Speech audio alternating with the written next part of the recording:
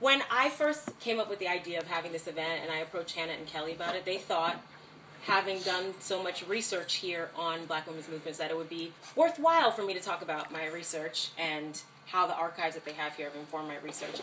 So I'm going to talk about that a little bit. I'm going to go back to 2010. When I came here and I was working on my master's thesis about Amy Ashwood Garvey, you can see the book that's back there, and I came to the archive to do research on it, and I met with Kelly, had a nice meeting with Kelly, and Kelly actually said to me, she was like, you know, the way that Black feminism has operated and what the meaning has been in the United States, I'm not quoting her, so this is the idea of what you said, the meaning that it's had in the United States and the way Black feminism has come to be is different than in Britain.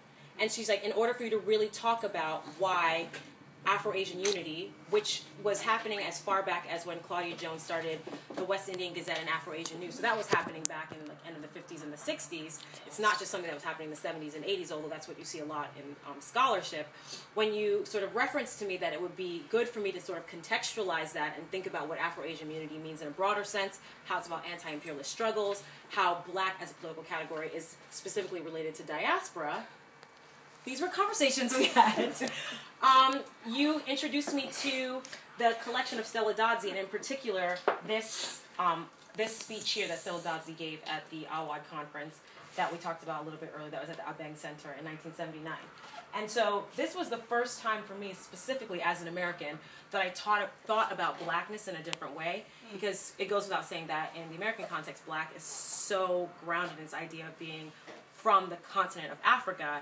And this just like opened up my mind of thinking about Black not as sort of like embedded in like a biological category, but in a way of a sort of consciousness, and in relation to oppression and discrimination, in relation to colonialism, post-colonialism, so like drawing that back even further.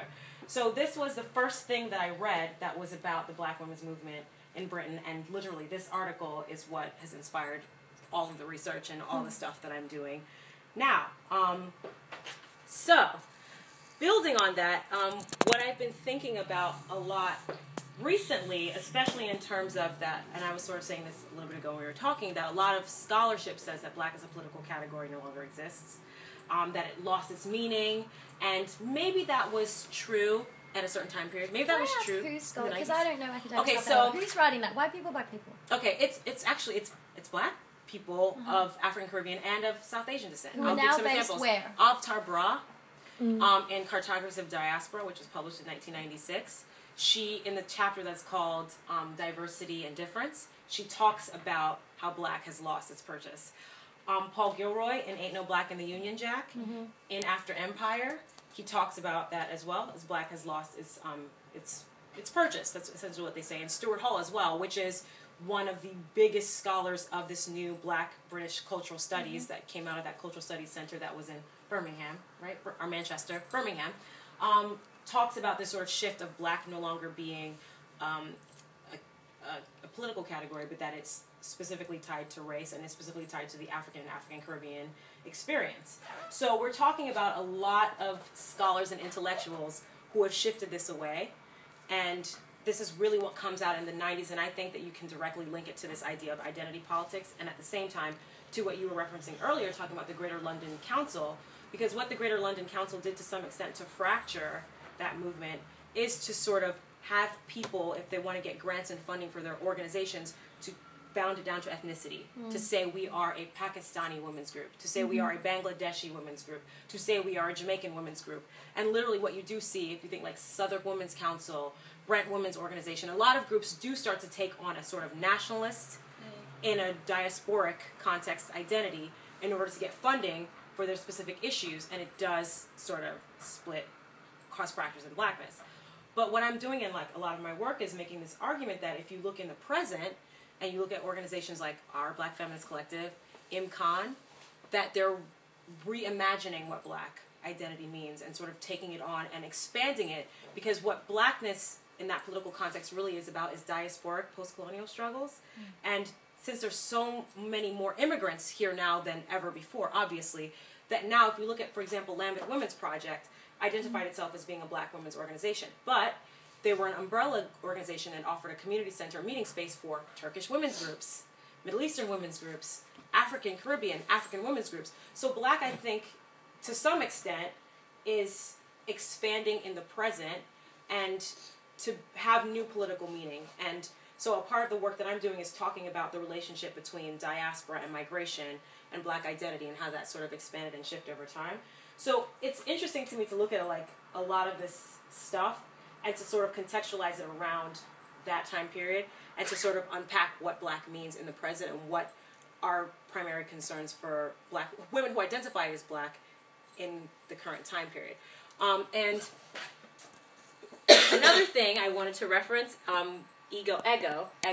One of the key things that she said when she did her presentation at for the Gender Studies PhD students at SOAS a few weeks ago was talking about archives as activism. And having worked at the Schomburg Center for Research in Black Culture in the past and seeing what BCA is trying to do and like looking at these archives in and of itself, it really is about documenting and preserving what is happening in key historical moments for organizations. And if you think about it, you sort of said Stella Dodzi was a hoarder, and we kind of laughed, but it's kind of true. Like, it's important to hoard these moments. Preserve these moments. And one of the things that Ego was talking about a lot about Lambeth Women's Project, since that, you probably all know this, but that Lambeth Women's Project was forced to close over the summer, and she was saying how important it is to her to document what happened, because at some point, maybe 5 years, maybe 10 years, maybe 20 years from now, someone is going to want to talk about this period that's happening in this sort of new shift and this like new left and this new shift in a new way that they're dismantling political organizations and community centers, but using, in the past it was like using funding to hang over their heads, but now it's sort of like taking away free spaces. And so she's like, it's really important to her to document that because somebody at some point is going to want to look back and write about that. And for me, what I think is sort of interesting parallel between what is happening in the United States and what's happening here at the same time, it's the same thing. That a lot of, I'm going to speak specifically from a New York context, a lot of children's centers, after-school programs that were offered free through the government are now being forced to try to find different funding, and if they can't find it, they lose the space for an after-school program. I worked a few years ago for an organization that was called Girls for Gender Equity, and they did a lot of after-school programs for it started off for young girls, and then it expanded because they were thinking, oh, well, gender equity isn't just about talking to women, it's also talking about men, of course. So they started an after-school program, and even recently they've been facing losing the school that they were getting for free. So this is sort of happening everywhere in all sorts of spaces, that funding is being taken away as one layer, and then free spaces are being taken away as well. So street space, when you look at gentrification and the impact that that's having. That's a whole other thing, talking about gentrification. Feel ownership of their neighbourhoods and of their Is it now spaces. designing out crime? Yeah. And everything about the squats as well. And everything that was done kind of a couple of years ago. Yeah, definitely. That. And the thing that I sort of see, another thing I sort of see interesting parallels about, if we're going to talk about gentrification, is being someone who's lived in Bed-Stuy and Brixton, I see a lot of parallels of what's been happening in Bed-Stuy, Brooklyn, and what's happening in Brixton, where these sort of new trendy restaurants are coming up. Awesome, brings in income to the neighborhood, it brings jobs in, but not really. Because actually what happens a lot is that other people who are not from that community think it's trendy and hip to work in those spaces. So I think all of these things in my mind are connected. And after a while, they can no longer actually afford to live in those spaces anymore. So even if they, they will be coming in. Yeah. I mean, I've done a lot more research and thinking about this in terms of in Bed-Stuy, but it literally, like the flat that I moved out of when I was living in Brooklyn is probably like twice as much now, just because it's hip and it's cool and it's trendy to live in those spaces. And I know that even in Brixton, what you could spend on a flat probably like 10 years ago, you could never even find at all now. And what happens is it pushes, interestingly, and this is something that Bell Hooks talks a lot about, people being pushed further and further to the margins. And that's what is exactly happening now. So I guess in a broader sense, I just want to like pull all of those sort of threads together and talk about how we can use archives in documenting our experience as activism. And how we can, I feel like this is an activist moment, this is an activist space that we just created here. How we can get more people to come to BCA and look at this. And you kept saying something I think is really important, passing the baton. Because sometimes we don't look at what was happening in the past and learn from those issues and like learn from those moments. So we should really be thinking more and more how we can do that in our collective, but in a broader sense as well.